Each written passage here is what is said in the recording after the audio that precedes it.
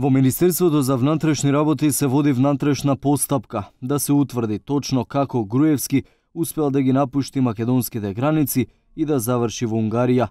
Портпаролот на владата Миле Бошнаковски обелодени дека секторот за внатрешна контрола истражува дали вработени во Министерството биле негова логистичка подршка и со нивна помош, Груевски успел да избега од рацете на правдата.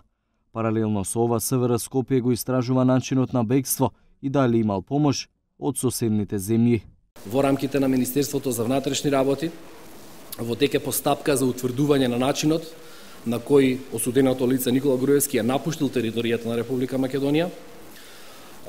Оделот на внатрешна контрола спроведува постапка за можна инволвираност на полициски службеници во ова дека му помогнале, а дополнително секторот за внатрешни работи на Скопје го утврдува начинот на бегство, како и евентуално надворешни помагатели кои што му помогнале. По завршување на овие две постапки, Министерството за внатрешни работи ќе излезат во јавност со целосна слика за тоа како што е организирало бегството на Никола Груевски. Дека е можна инволвираност на вработени во полицијата во целата оваа акција за бегство на Груевски, наговести министерот Спасовски, кој изјави дека неговото обезбедување ноќта во четвртокот кога го оставиле пред неговиот дом, ги замолил во петокот наутро во 9 часот да се чекаат пред зградата.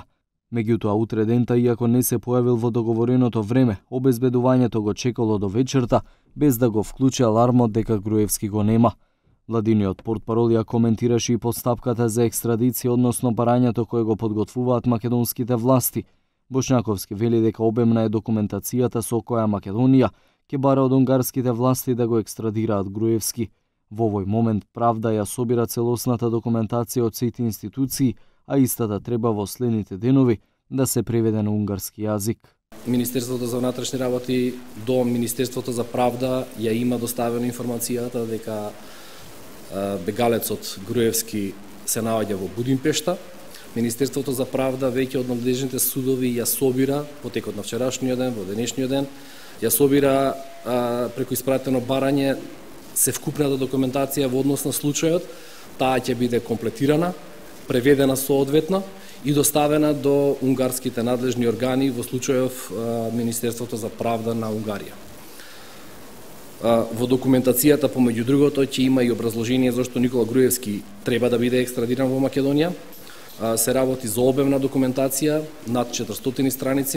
Во меѓувреме се чека одговор од унгарските власти на барањето на Груевски за азил, поради како што вели заканите по живот, но исто така се чека Македонија да испрати документацијата до Унгарија. До тогаш македонската јавност ќе чека одговор на прашањето кој и како му помогна на Груевски да избега од Македонија.